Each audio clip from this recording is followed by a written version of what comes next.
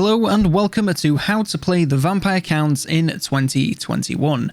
Now you may remember a couple of years ago I actually made a series of guides on the vampire counts. In fact, it was the first series of guides I ever did on the channel. This video aims to update that guide with everything that has changed in the vampire counts since then, and unfortunately it's not really that much. Now if you do want to check those videos out, there'll be a link in the card now, and you can feel free to watch those first and then come back to this for anything that's changed. Also, if it seems like I'm jumping around, it's because a lot of things have changed and I'm only going to cover these things to save time, so it will go around quite quickly. But first, introducing the brand new Empire Strikes Back, no relation, merch from COLONELDAMNEDERS.store.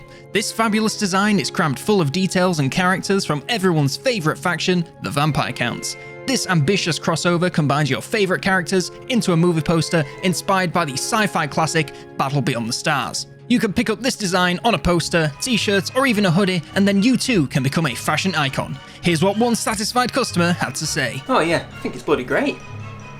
Can I have my 20 quid now? To top it all off, you could also win some of these items for absolutely free. It's time for some free shit! Simply join the Torox Rampage competition today. All details to this are in the description.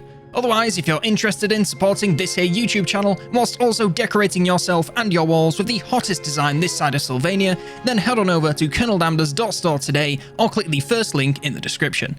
And now we'll return you to your regularly scheduled programming.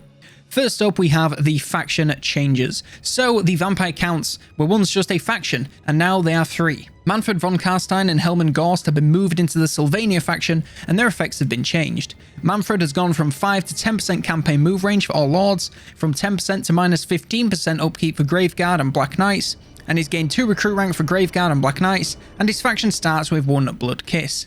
For his Lord effects, he has gone from plus 5 to plus 10 leadership when fighting against men, and he now grants plus 30 to the Winds of Magic Reserve.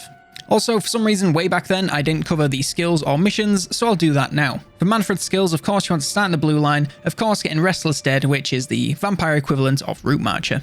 Undying Horde for replenishment, and 1 into Darkland Skies to get Immortal Horror. Of course you're doing this to get Lightning Strike, and then once that's done, we'll move on to the spells. He has access to 2 Laws of Magic, and both of them have a number of powerful spells, so both worth going into. The Hunger is of course a great passive ability to pick up for constant regeneration when battling, and you want to go into the red line to focus on your key units. You want to grab a mount of your choice, and then finally go into the top row for buffs to himself and other units. Manfred also has access to 3 missions. The Battle of Hellfen is versus a fairly measly early game Empire army. You can take this one on pretty much as soon as you unlock it with an early game army. There are not any unique rewards for this, as it is available to all the vampire counts. The Sword of Unholy Power is versus a mild mid-game greenskin army full of a bunch of spellcasters. You need to get rid of all the spellcasters whilst the units are constantly coming at you. It's not too bad if you can focus your attention on the casters, and the item gained is a powerful weapon that gives him a bunch of power in battle as well as some campaign assistance. Finally, the Armour of Templehof. This is a 2-part battle. First of all, we have the Burial Mound. This is versus 3 mid-game Bretonnian armies. You have to take them out one by one, so take a large army so you can split your forces to save yourself some time and vigour. The second part is the Barrier Idols and is versus a mid-game Greenskins Savage Orc army with some reinforcements. You want to use your magic to get past their resistances and avoid too many casualties. The armor gained makes him a lot tougher and gives him a regeneration ability. Over to Hellman, his faction effects have also been changed. He gains plus 20% to casualty replenishment for his entire faction, plus 3 to recruit rank for Corpse Cart. His 10% has been changed to 20% bonus to research rate, and he has the bound spell Lesser Raised Dead for all Corpse Cart and Mortis Engine units. For his Lord effects, all of his units gain poison attacks, and he grants 15 armor for zombie units. When leveling Hellman, you want to, of course, go into the blue line and get the exact same skills that we mentioned with Manfred, which I'm not going to go over again in the interest of saving time. You want to, of course, pick up any spells that you want, go into the red line for your key units. Your mount, despite it being a corpse cart, is better than Hellman on foot. The Path to Ruin line is also unique to him, so you may as well. And finally, the top row has a number of powerful buffs for himself and the faction. Hellman also has access to 1 mission, the Liber Noctis. This is versus several armies of the Empire filled with mostly mid-game units. Reinforcements surround you once you beat the initial army, so you want to be sure to be ready for that. This one should work quite nicely with a full mid-game stack to take on several reinforcements at once. The item gained grants several magical buffs and an ability, as well as some campaign effects. Heinrich has now been moved to his own faction of the Barrow Legion. His faction effects have also been changed. He has lost his minus 15% to the cost of raising dead, and his upkeep reduction for Necromancer heroes has been increased from minus 25 to minus 50%. He also has the suitable climate of mountain and plus 30 relations with chaos. He also has gained a new Lord effect of all units in his army being immune to non-vampire count attrition. Heinrich has also gained the mount in the form of the Barded Nightmare. When leveling Heinrich, you want to of course go into the blue line first of all, then you want to grab his spells, and then the Eternal Bastion line, which is of course unique to him. This allows you to summon Krell into battles, gains you regeneration for units, magical buffs, and some campaign and hero buffs. After this, you want to go into the red line for any of your key units. You want to grab his brand new mount, as well as the Undying Guardian unique line. And of course, the top row has a bunch of great picks. Heinrich also has access to a couple of missions. The first is the Chaos Tombblade. This is versus a fairly tiny Norska army that gets steady waves of reinforcement of mid-game Norska units. You should be fine with an early to mid-game composition. The item gain grants him a lot more damage in battle, as well as an ability and some campaign buffs. The Cloak of Mists and Shadows is an ambush versus a decent-sized greenskin force. They also get a set of reinforcements once you take out the main force. This is mostly comprised of Spider Riders and Savage Orcs, so he should be okay with a decent mid-game comp. The armor gained makes him much tougher, grants him an ability, and some campaign defenses. Finally, you have the Skull Staff. This is versus a decent-sized mid-game Bretonnia army with a few reinforcements coming to back them up. You start super far away from the action, so you need to rush to get into the fight. Use a speedy army with a sturdy front line to hold the melee infantry and rush around to take out the ranged and cav. The item gain grants him magical combat buffs as well as some light campaign effects. Finally, our two von Kasteins have also had some minor faction effect changes.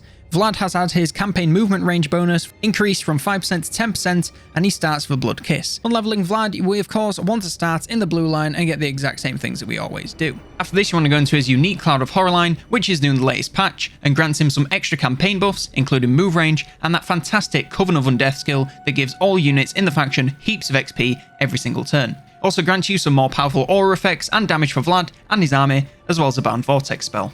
After this, you want to go into the spells and pick up any that feel useful, some personal recommendations, invest heavily in the Invocation of Nakak, and do whatever you have to do to get to the Wind of Death. You want to go into the red line for your key units, and the Hunger line for any spare points. Vlad also has access to two missions. The first is the Blood Drinker and is versus a small mid-game Empire army that gets some reinforcements from the rear. This is not too hard, just make sure you have something speedy to go back and take out reinforcements. This is totally doable with an early game stack with some flyers or cav. The item gained is a powerful damaging item that allows him to regenerate more and also has some campaign buffs. His other battle is the von Kastein Ring. This is versus a beast-filled vampire army. Make sure to bring some of the few anti-large units in the roster to take them out as quickly as possible. Fortunately, it's nothing too overly elite, so you should be just fine once you reach the mid-game. The item gain gives him powerful defensive buffs and campaign effects. When leveling Isabella, you of course want to go into the blue line first. After this, you want to go into a unique Midnight's Children line, which grants all sorts of buffs and bonuses for monsters in her army.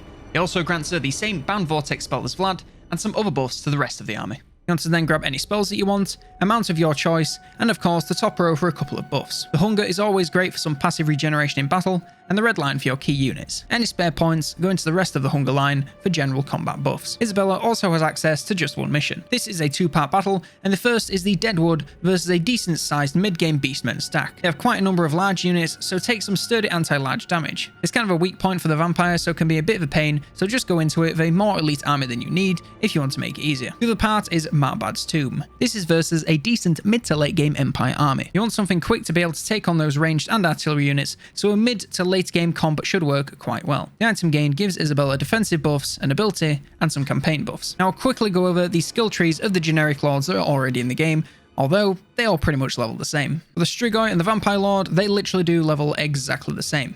The blue line first, as usual, then get any spells that you want, amount of your choice, the top row for a couple of buffs, the Hunger, and the red line for your key units. Of course, gain Immortality as soon as you can, and any spare points go into the Hunger line. The only difference with the Master Necromancer is after you've got a mount of your choice, you want to choose between the Lord of the Scourge and the Thrall Master, since they are both unique and powerful. After that, completely the same. Top row, the Hunger, key units, and Immortality. And I'll quickly go over the campaign mechanic that has been added to the vampire since I last made the guide. The Blood Kiss is the new currency that you may have heard me mention when I was talking about the legendary lords and their factions. Blood Kisses are a currency that are gained via actions such as vassalizing factions, assassinations, and killing faction leaders. They are spent on unlocking a choice of vampire lords from legendary bloodlines. Each bloodline unlocks you a legendary lord, as well as increasing bonuses the more lords you unlock from a certain line. This will take quite a while to get through them all, so I'll just show you them on the screen now. The more lords you unlock, the more expensive a line becomes, first costing 3, then 6, then 12 blood kisses. And that's it. In like 3 years, they haven't changed anything else but this in the campaign. Now for the new units added to the faction. First of all, I'll go over the new lords. The Red Duke is a legendary lord that owns the Muzelon faction, and I'm very surprised we haven't seen him added to the game just yet. He's still in the waiting room, unfortunately. Sanix De Boris. In battle, he's a spellcaster, but he's also armored and shielded and a melee expert duelist. This means he can take on pretty much anything you need him to in combat, whilst also casting some devastating spells. He has the choice of 3 mounts of the Barded Nightmare, the Hellsteed, or the Zombie Dragon, and of course has access to the Law of the Vampires. For his abilities, he has the Curse of Undeath, the Hunger, Foe Seeker, and El Sif. When leveling him, you want to go into the blue line first, as usual, and then get any spells that you find useful. You want to then go into the Hunger, and then the Doom Rider of Grave Sentinel's unique line. You want to go into the red line, focusing on your key units, which are probably mostly cavalry due to the Doom Rider line. The top row, of course, has a bunch of buffs for himself and other units, and any spare points can go into the Hunger line. Next up, we have the first of our Bloodline's legendary lords, the Nakak Vampire Lord. They are armored spellcasters, so want to be sat on the back lines if at all possible, but don't hesitate to throw them into light combat. They can deal devastating damage using their mix of death, vampires, and beast magics, and they have the choice of 3 mounts: the Barded Nightmare, the Hellsteed, and the Zombie Dragon. For their abilities, they have the Curse of Undeath, the Hunger, Undeath Resurgence, Life Leeching, Wild Heart, Arcane Conduit, and Dark Protection. When leveling them, we're of course going to go into the blue tree, the same as usual, and then get any spells that you find useful. Since he has access to such a diverse mix of laws, you can really go wild here and pick a bunch of powerful spells. You also want to go into the Cyanosia unique line because it's unique, so why not? The red tree to focus on your key units, the Hunger passive for regeneration, and of course a mount of your choice. Finally, get into the top row for a bunch of miscellaneous buffs. Next up, our von Kastein Vampire Lord is an armored spellcaster and a melee expert. He works quite similarly to a lesser Vlad, that he can get into combat and do a lot of damage, but can still cast a bunch of powerful spells whilst there. Unlike Vlad, however, he has access to 3 mounts of the Barded Nightmare, the Hellsteed, and the Zombie Dragon. He also has access to a mix of the Lore of Beasts and the Lore of the Vampires, and has the abilities Curse of Undeath, the Hunger, Undeath Resurgence, and Storm of the Night. When leveling them, you want to of course go blue tree first, get any spells that you find useful, go into the Hunger for the passive regeneration, and then the Fell Nest unique line, the red line for your key units, amount of your choice, and then the top row for a bunch of buffs. Our Larmian Vampire Lord is an armored spellcaster that also comes with dodge. This makes them into a little bit more of a tricksy frontlines character, since instead of relying on maximum armor, they rely on dodging attacks outright. This makes them great duelists since they can just avoid taking hits rather than having to sustain through the damage. They of course come with the same 3 mounts that every single lord has had up until now, the Barded Nightmare, the Hellsteed, and the Zombie Dragon, and they have access to a mix of the Lore of Vampires and Shadows. For their abilities, they have the Curse of Undeath, the Hunger, Lightning Reflexes, and Seduction. When leveling them, you want to of course go into the blue tree first, and then get any spells that you find useful. Of course, since they have access to a mix of laws, you can get quite a number of powerful damaging spells here. You want to get the Hunger for that passive regeneration, and then the Deathly Vigor unique line. You want to go into the red line to buff your key units, and then pick up a mount of your choice. Finally, of course, the top row for buffs for both campaign and battle. The Blood Dragon Vampire Lord is an armored anti-infantry melee expert that also comes with Frenzy and is also a spellcaster, because 4 things just wasn't enough. These guys are excellent and are probably the most powerful Vampire Bloodlines Lord. He's very similar to the Red Duke in almost every aspect, so he's a fantastic frontlines fighter as well as a powerful spellcaster. He of course has access to the same 3 mounts of the Barded Nightmare, the Hellsteed, and the Zombie Dragon, and of course has access to the Lore of Vampires. For his abilities, he has the Curse of Undeath, the Hunger, Honor of Dead, and Heart Piercing. When leveling him, you want to pretty much level him up the exact same as the Red Duke. The blue line first, then go into the spells, then the Hunger, then the Doom Riders of Grave Sentinel's unique line, the red line focusing on your key units, which will probably be Cav, amount of your choice, and then top row buffs for himself and other units. Our final Vampire Bloodlines Lord is the Strigoi Vampire Lord. This guy is basically a gigantic crypt horror and is pretty much a more powerful Strigoi Ghoul King. They are spellcasters that deal armor-piercing poison attacks, so excel in combat versus both weaker and more powerful units. They all have access to the 1 mount, which is the Terrorgeist, and have access to a mix of the Lore of Vampires and Death. Their abilities, they have the Curse of Undeath, the Hunger, Claws of Morcaine, and Ghoul King of Usheran. On leveling them, you of course want to go into the blue tree first, as usual, get any spells that you want. Of course, it's a very powerful mix of laws that Manfred von Kastein himself has access to. You want to get the Hunger for that passive regeneration, and then Curse of Vorag or Infinite Hatred lines are both his unique lines, so pick one to get the most out of that. You want to go into the red line to buff your key units, and for this guy, it's Prob's crypt units, but they aren't the greatest, so I can't blame you if not. You You want to grab his Terrorgeist mount as soon as you can, and a bunch of top pro skills that buff Crypt Ghouls and Horrors, and also buffs for himself and army leadership. We only have 2 new units. First up, we have the Sylvanian Crossbowmen. They have great range, but are a little bit limited due to only being unlocked via Blood Kisses, so you can only really use them where you can, rather than trying to put them into every army.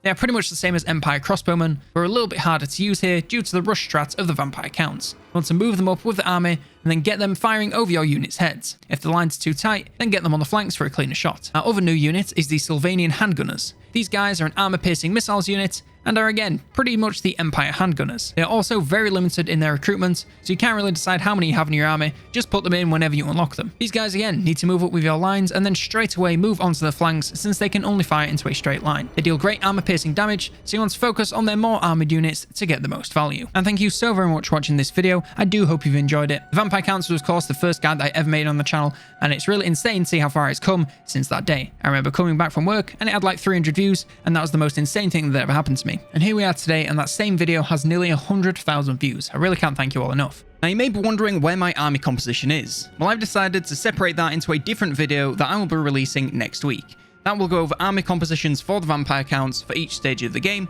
and if you all like it, then I'll be happy to go through and do that for every single faction. I'd like to take this time to thank all supporters of the channel, in particular Kobe Said So, for supporting me ongoing at that Unclean Ones tier. I really can't thank you enough. One more time, thank you so very much for watching, and for now, I've been COLONELDAMNEDERS, and I will see you next turn.